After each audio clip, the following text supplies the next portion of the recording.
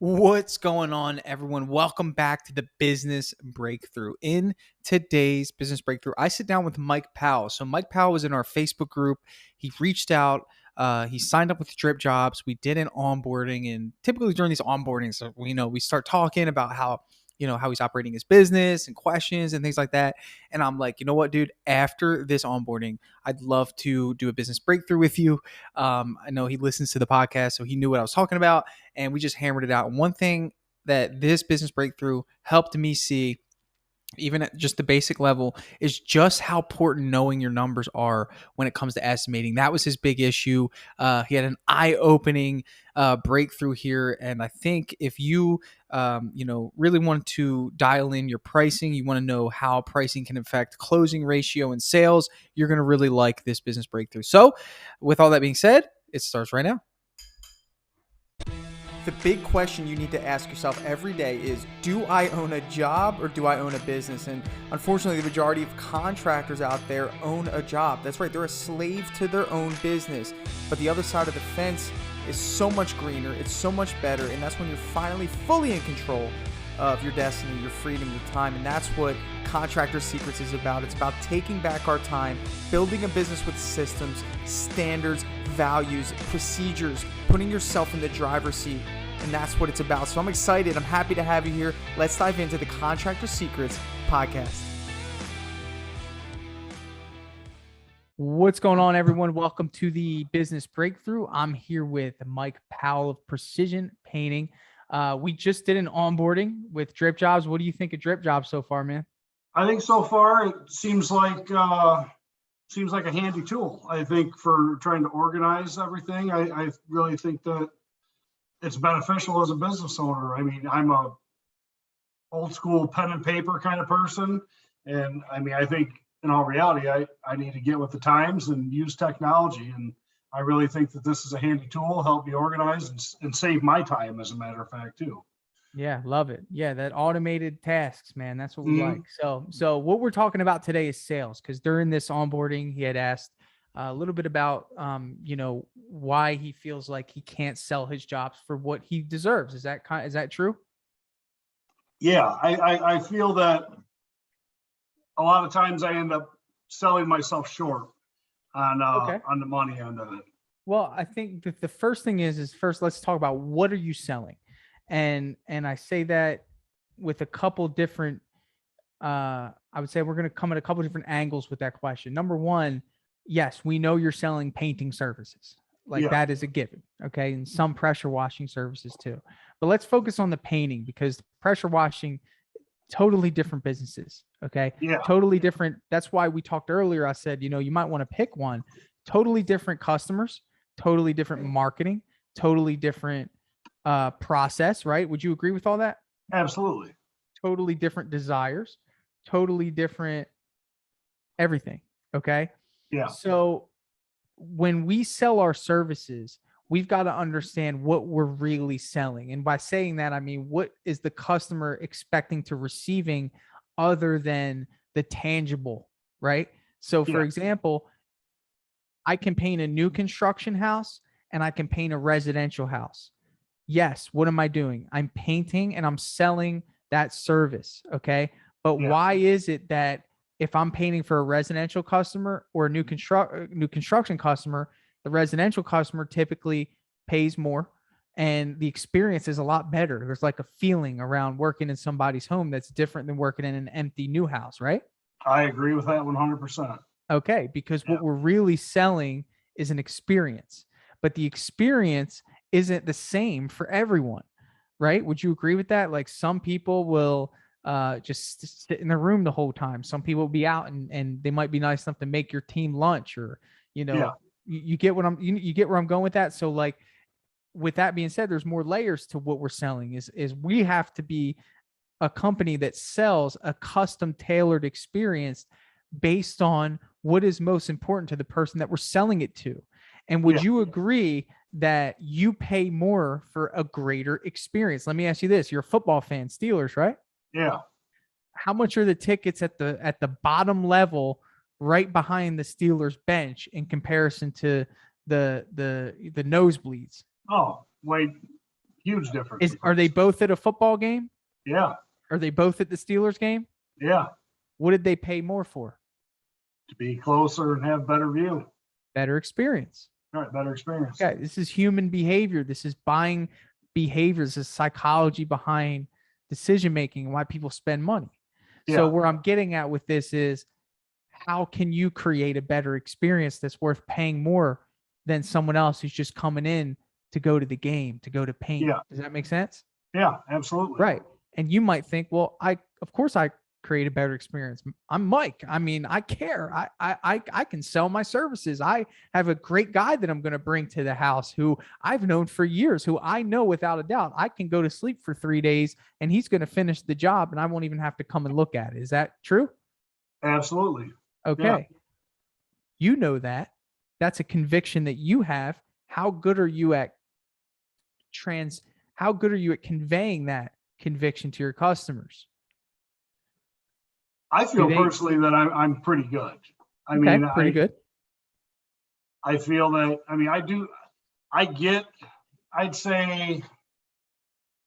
I'd say I close probably around 60% of the jobs I look at. I don't think that's a bad ratio. I think that I used to close a lot more because I was giving my prices away a lot cheaper. But I feel now that I've kind of raised my prices and whatnot. I feel that I'm definitely getting less jobs. So I'm going to act like I'm your customer and we're going to have a brief conversation and I'm going to see where the holes are in your sales process. Okay. It's only going to take me 30 seconds to figure it out. Okay. So I'm going to call you. Hi, Mike. I'd like an estimate for painting. What would you say to me next? Well, now I would say, can I send you a link to or do you accept text messages? Can I send you a link to schedule an estimate is what I would say now, but sorry, I'm trying to change how I do stuff now. No, that's good, man. He's talking about the Dripjobs link, by the way, that I just set him up with. Yeah. But prior to that, I would be like, absolutely, I'm interested. Can I get your information and we can work out a time that I can. All right. So now you show up to you show up to my house. Okay. Yep. You knock on my door. Tell me what happens next. They answer the door. I usually hand them one of my business cards. And I'll tell them, I'm Mike Powell. I'm with Precision Painting. I'm here to look at your project and give you a price on it. That's it? Well, no, I say more. I don't know. I'm trying to think about this on the top of my head here. It's different. When it's if it's not, look, here's the thing. Okay. Yeah. Here's the difference. You ready? I'm going to help you see this because I see it one way, you see it another way. I'd love for you to adapt the way I see this because this is how you sell more. Okay. Remember what I told you in the beginning of our conversation, Mike. It was about an experience.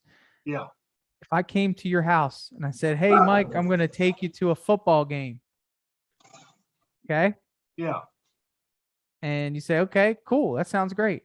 Okay, all right, cool. Mike, it's going to be $1,000. You're going to say, what am I getting with that $1,000? Well, I'm taking you to the football game. Didn't you want to go to a football game? Well, yeah, but $1,000 is kind of a lot to go to a football game. So now here's another example. I come to your house and say, Mike, I'm going to take you to the Steelers game and we're going to sit at the bottom level behind the bench. And I know the Steelers are your favorite team, man. So I want to make sure I have a great experience, but it will be $1,000. Is that cool? Absolutely. Absolutely. It's much easier to justify the higher amount of money because you have identified what's most important to Mike. And you've also identified that Mike is about to get a better experience. So you've justified that expense. Now I'm going to get rid of the football analogies and talk business here, but I just want you to see the difference. Okay. What you did when you knocked on my door is the only thing you cared about was the project itself. The project itself is tangible and it's comparable. Remember we talked earlier about just painting? Yeah. Okay. Well, believe it or not, every person that you interact with has a specific underlying motivation as to why they wanted the house painted. Do you know that? Do you know that to be true? I believe that. Yeah. There's a reason why it sparked them to actually reach out and give you a phone call, huh? Yeah. Okay. So let me switch this around. If I knock on your door, I know I'm there to paint. Yeah. I get that. That's obviously why I'm there. Okay.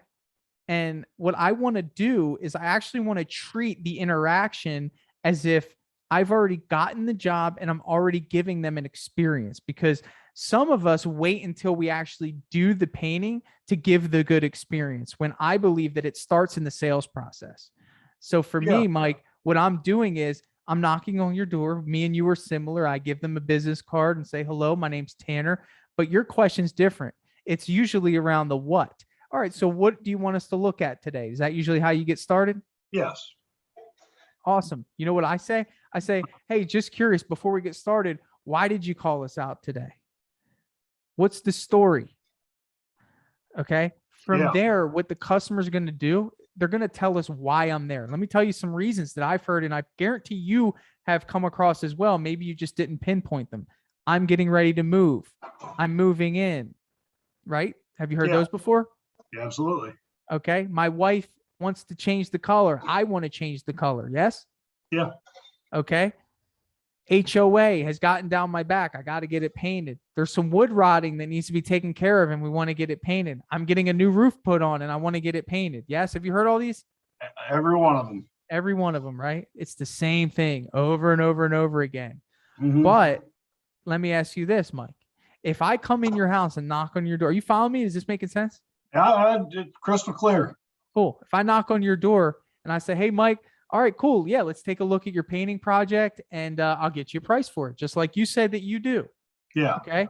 There is nothing wrong with that, but don't expect your customer to justify paying way more than somebody else, because what they're going to see is two pieces of paper. They're going to see a nice guy that knocked on the door. They're going to see the products that they're going to use, and they're going to see the total number at the bottom that they have to pay, right? Is that usually what happens? And then absolutely. typically, if you've done nothing different, it would be stupid for them to hire you, Yeah, because it would be just a waste of money in their eyes, right? absolutely. Aha. So here's the difference, Mike. What I need you to do is I need you to figure out why. Okay. Because the Well, to reality me, is, I feel like the way you're presenting it is they're feeling like they're not just investing in a paint job, they're investing in the person that's doing the paint job as well. I mean, I feel, I can definitely see where your angle would be a little bit better. this all comes down to leverage, Mike, because Yeah, here's the thing. If you and me were competing against each other and you didn't know that the person was moving out and they didn't inform you of that, you have no way of competing with me, because when someone tells me that they're moving out, my brain is already thinking of what I can do to make that move out easier for them. I'm not talking about the paint job anymore. I'm right. talking about, okay, great. Oh, you're moving out. Perfect. I know time is of the essence. Just so you know, if everything lines up today, I can get you in within the next 6 days. Right. Okay. You're over here talking about colors, and you're talking about your process and how you're going to tape this and do this. I'm talking about what's most important to them: Right. getting out of the house, Yeah. efficiency. Okay.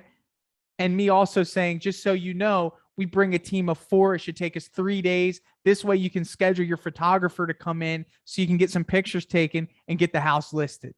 Yeah. I'm different. I have urgency in my tonality. You may not, because you didn't find out that they were moving until the end of the sales process. Yeah. Does that make sense? Yes, it does. Okay, so that's why I'm getting the job and you're not, even though you're cheaper. They don't trust you to get to their end goal more than they trust me to get them to their end goal. Right. That makes sense. Yeah, it's worth Okay. paying somebody you feel is going to get the job done a little bit Yeah, more money. because they than you feel somebody exactly, because they need me to get to their end goal. I'm a means to an end in that interaction. I'm a means to an end. Yeah. And you have to understand your role with different customers, and it all comes down to the why.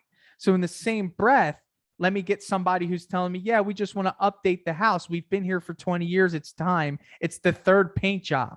Are those people, do they care about how quickly that I can get in and get out? Not at that point. I think if that's the third time you paint it for them, you've built a relationship with them. They don't plan on going anywhere. They plan Yeah, on staying. they're not questioning your work and how you do it. You've proved yourself to them to be a reliable person. And Well, but of course we're reliable. Usually those people do some research before they bring anyone to their house. What I'm most concerned about is what is most important to them. And for me, I understand that somebody who has been living in their house for 20 years and who has no rush, no, I don't need to speak with urgency of, hey, we can get in next week to get it done. They don't care. Yeah. Do you see how there's two polar opposite types of sales experiences with two different customers? And if we don't identify what the why is behind why they want their job painted, we could be selling in the wrong direction. Absolutely. But if I we do see understand the that. why, then we could target exactly what's important to them. So let me ask you this. If you've been in your house for 20 years and you wanted your house painted and you had me come over to give you an estimate, what would be most important to you about the whole experience? Would it be getting in and getting out as quickly as possible? Or what would be most important to you? I would say the quality of the job. Of course, you want it to last. You want Yeah. it to be another. They've been in the house for 20 years and they had to paint it three. This is the third time. So they're getting 10 years out of each paint job. Right. Okay. So you can say, okay, great. Well, hey, this is the third time you've had it painted. Perfect. We have a new product that we're using with Sherwin-Williams. It's called Emerald. I don't know if that's what they used before, but you should be getting more than 10 years out of it. And you're going to be explaining the longevity of how they can continue to protect their investment that they care so much about. And then once you're done talking about the actual quality of the paint, then you talk about the quality of your work and the quality of your workers, because that is what's most important to them and the experience that they're going to get. And say one thing that we have and we take pride in is our workers are super cordial on site. We don't allow loud music. We don't allow smoking on site. We don't allow cuss words. I mean, you're going to feel like we're an extension of your family. And that is what we believe. Yeah. And when you convey that to somebody who cares about that, you have now put yourself ahead of the pack. Now, if you said all that stuff to some person who's getting ready to move out of their house and has all their furniture getting ready to be moved out, do you think they care? No. Why? Because they're not going to be there. Yeah. Next person will deal with any issues. Not Right. saying that you would do anything that wouldn't represent integrity. I'm just saying that the whole purpose of what I'm telling you today is probably different than you wanted to hear. But this is the secret. It's about getting people to justify why they should pay you more. It's Yeah. not that you're not worth paying more. It's that you've got to do a better job of justifying it. And instead of playing the game of how you're going to do the job, you're expected to do a good job. You're a professional. But one thing that no one can compare when it comes to painting or any service for that matter is the experience that they're going to get. Yeah. And that is No, where you'll find your leverage. I see exactly what you're saying. I mean, I do agree with that. It does make sense. I've gotten to the point where I'm used to, like, when I go in there and I'm explaining the process of the job that I'm going to do to, for them. And I tell them these are the products I'm going to use for, I have noticed that since I've gotten away from using more, using contractor grade stuff to using more higher end stuff, my clients have changed as far as that goes. I've gotten a little more higher end on my work and whatnot.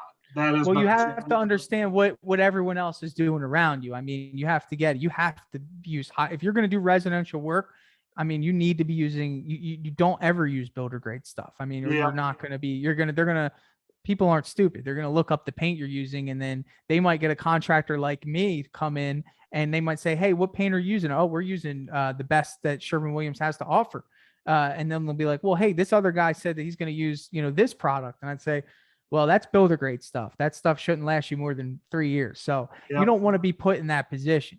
And where I'm getting at, Mike, is that, when it comes to selling these services, you really need to understand why they're buying and then understand how you're going to create value for those individuals, and it starts with that question. What is the story? Why are we here today?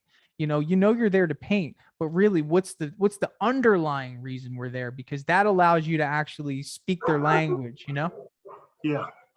I apologize about my dog if you can hear her barking. No, that's all right. Kind of a pain in the ass. That's all right. So do you follow me on that stuff? Yeah, absolutely. I do. Now let's talk about pricing. You want to spend a minute talking about pricing? Absolutely. So pricing, let me ask you this. How are you pricing a job? If I give you a 2,000 square foot interior to price out, how are you coming out? What are you pricing? How are you coming out with a price if I just want the walls done? Basically what I'm doing right now for my pricing, I go in, I've been painting for 20 years. I know what it takes to paint a bedroom or a living room or, whatever. So I kind of figure it's more or less an estimated time. I figure I got me and one other guy, and I figure out how much money I think it's going to cost per hour to do that, plus the price of materials to do it and whatnot. So I do use kind of a mixture of square footage and hourly rate, and I just kind of go from there. Like this morning, I figured up a bid and figured up the square footage so I could figure my paint out. But I also know that to do this interior of this house, I'm going to be here for a week, and I need X amount of dollars per day to do the job, plus the material cost on it. And, how long is it taking you to price out jobs? I had that thing done. It took me about a half hour this morning. Half hour. Okay. So I didn't hear you say margin at all. And I think it's important for you to understand that margin is what's really important. And it doesn't matter the square footage. I think I like that you have the experience to where you can say, okay, something like this should take this long and use this much product, because that is an important ingredient to being able to price jobs. But what it should come down to is when it comes to sales, everything is negotiable. Like we both know that. Like, for example, if this is a 2,000 square foot house, the first thing I need to identify is, number one, how long will it take my team to do it? Because that's how we're going to phrase things, because you shouldn't be painting. How long is it going to take my team to do it? Okay, that's the first question we ask ourselves. Well, it should take them 3 days. Cool. All right, great. 3 days. How much do I pay my team? Well, let's say you pay your team $500 a day. So that's $1,500. Okay. So then you put that 1,500 in a labor category and say, okay, well, that is how much it's going to cost me as the business owner to have this house painted. Yes. Are you following me? Yeah. Absolutely. Okay. How much paint should I need? Well, with this house, we should need about 10 gallons at $50 a gallon. So let's say it's going to be $500. Well, how much is that total cost? Well, that's $2,000, assuming that we worked in materials and that $50, whatever. Right. All right. So now we have a total cost of $2,000. What is the minimum amount you could sell that job for and make money?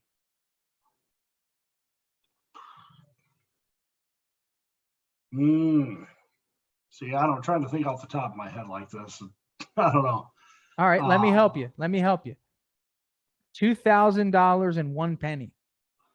Okay. Yeah. It was a trick question. Minimum to make money. Yeah. To make money, right? Do you understand that? Okay.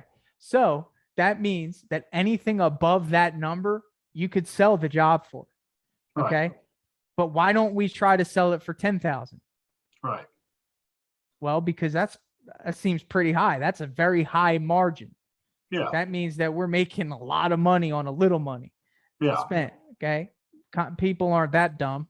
And we probably wouldn't feel good about selling a job for that much anyway. No. So we try to find a happy medium of where it feels like we deserve what we're putting out to do this job. And typically it's safe to start at 50% margin. That means for every dollar that we spend, we achieve $1 in return in profit. So if we got it at $2,000, you price it at $3,000, then you're making $1,000 on the job. No, a 50% margin. Easiest way to remember this is double it. Okay. So a 50% margin is $4,000. $4,000 because we're making $2,000 and we spent $2,000. Okay. Gotcha. See, your example would be a 25% margin. That means if you sold the job for $3,000, the company. And I'm not talking about you. I don't care you making money. You right. You're talking about the company. The company's making 1,000. That means you're making, bear with me, 50 cents on every dollar that you're spending. Yeah. A 0% margin would be $2,000. That means you made no money and you broke even. Okay. Jesus, I've been giving myself away. Okay. Well, listen. This is why this is important, because I'm a big proponent of fluctuating pricing, just like how Sherwin-Williams can raise and drop their prices. Well, we've got to know when to raise and drop our prices. And it all has to do with supply and demand. Now, there is supply and demand on a large scale. That's like your economic supply and demand. That's the big supply and demand. But there's also supply and demand in our own company pipeline, which means how many jobs do we have scheduled? And How many requests are we getting to get jobs done? Right. And let me ask you, how many jobs do you have on the schedule right now to be done?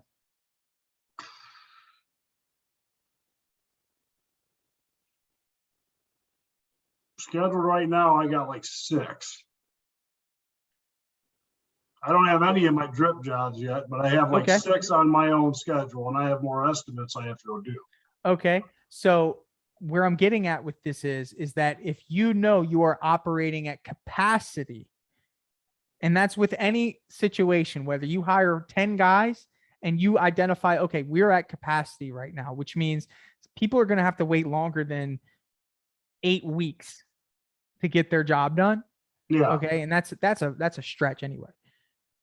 Then that means we need to raise our margins up because we don't want to accept anything less than 55% profit. So we're maximizing and we're optimizing at that point in time. Does that make sense? Yeah. Like, because you know your margins, you know your costs, which allow you to identify what margins you want to price the job at. You I follow see me what on you're that? saying. Yep. So see guess what you're what? saying. Let me ask you this. If the answer to your question was Tanner, or my question was Tanner, I don't have any jobs,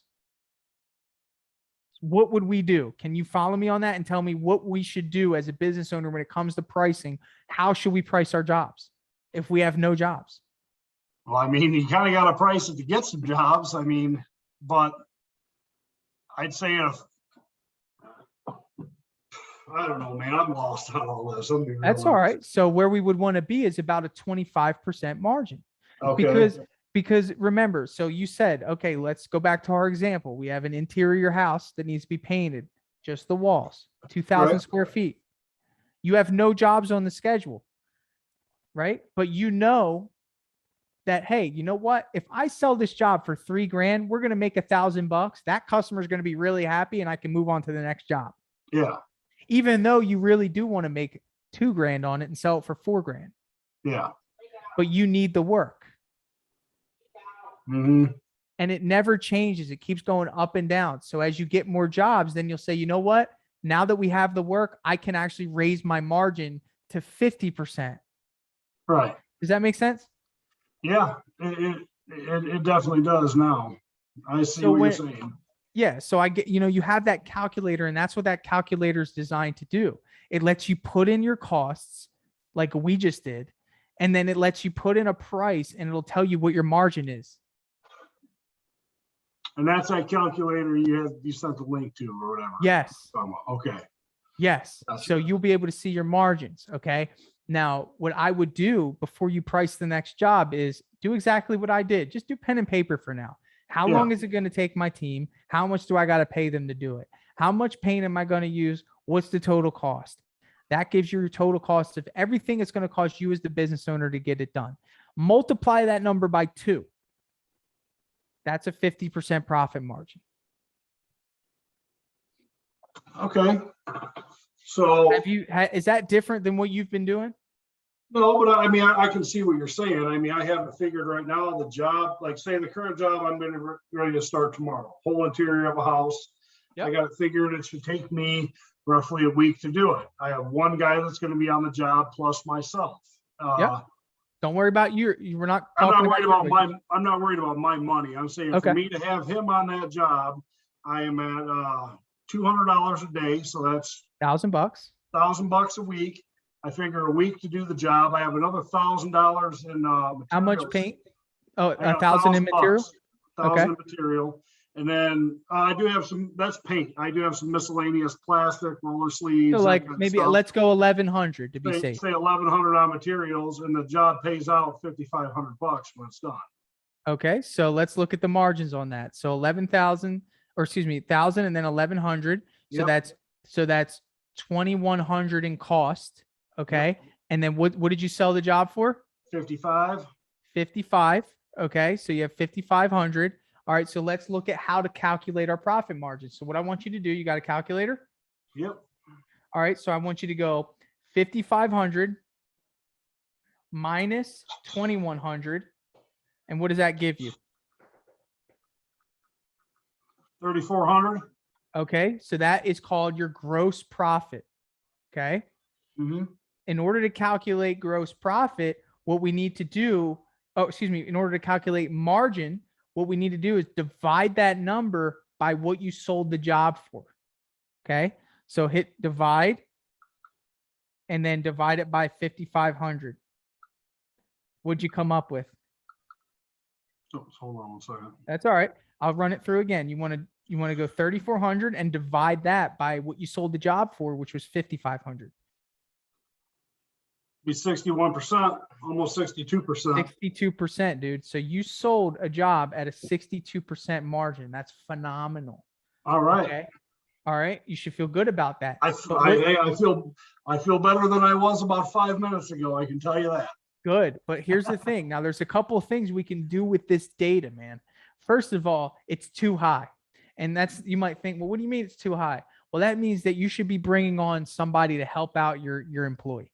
Okay. Yeah. And really what I'm saying is that if you find a helper at, let's say, $120 a day, okay, that's $600 for the week.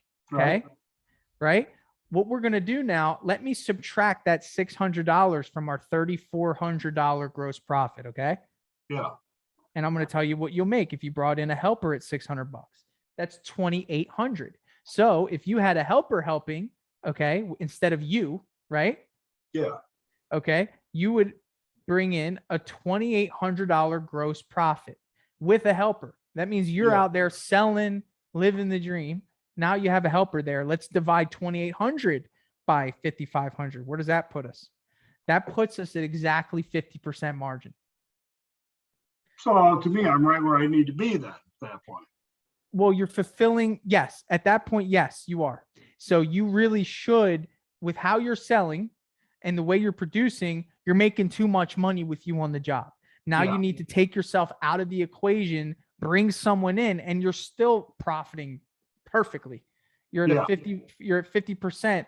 If you pay someone $600 to work alongside this person, and it creates a better morale, you'll have more time to go sell jobs, and you'll have more time to go build your team out, do estimates, do interviews, and maybe market a little bit. The whole purpose of this is to identify your numbers, because if you know your numbers, then you can make strategic decisions like we just discovered. I don't know if you even knew that you could hire somebody at $600 this week to remove you from working 40 hours and to still make 50%. Yeah. No, you just opened my eyes up. I can tell you that. Good. Honestly, that's what I needed. I needed the formula on how to do that math. To be honest with you. That's okay. You can listen to this every time I do a business or a quote, that math will be checked to see what my market is. Just check it, go back and forth, see what's up. But here's another thing. Ready? Last part of this. Okay. Last part of this. You've got to also realize that you can use this information for sales negotiation. Right. Here's the thing. If this customer didn't go for the 5,500, okay, you might be able to call back the next day and say, hey, Joe, listen, man, your job is ideal for us. I know that we're the right company for you. I'll tell you what, man, if you allow me to earn your business today, I can do the job for $49.50. Yeah. What's he saying? Yeah. Most likely, yeah. And guess what? You can confidently say that, because look at what the margin would be as is right now if you sold it for $49.50. So let's say it was for $49.50. I'm going to subtract your costs of $2,100. That gives us a profit of $28.50. I'm going to divide it by 5,500. 52% profit margin. Yeah. You could have sold. And you made them feel like they got a great deal. They think they got a great deal. You're happy because you're right where you should be as a business owner. Okay. Yeah. And you're on to the next job. So like you might have bids out there right now that are way too high and you want to bring them down. Mm-hmm. Okay. Because it's better to be consistent than it is to be sporadic, which means we get some high ones and then we have to go all the way low and then we get high ones and low. I'd rather be at 50% all day, every day. Hey, I'd be more than happy with that. Absolutely. So I hope that helps, man. I really think that that's might have been what you've been missing. Did I hit the nail on the head there? You helped me out way more than you know with just this little half hour or so we've been doing this. I can tell you that. Good. Cool. We'll have to do it again, man. I have another appointment, but listen, do that. Give me some feedback. Check out Dripjobs. Give me some feedback on that as well. You have the calculator. Yep. I'm going to send you some links later and you can play with all that stuff. All right, man? Yep. No problem. All right. I Thanks, appreciate Mike. your time, Tanner. Good luck, brother. Yep. Thank you. Hey, I just want to take a second to thank you for joining me here on the Contractor Secrets podcast. I'm just going to take this opportunity to let you know that my passion is coaching people, helping people. I've changed my Instagram name to @contractorcoach.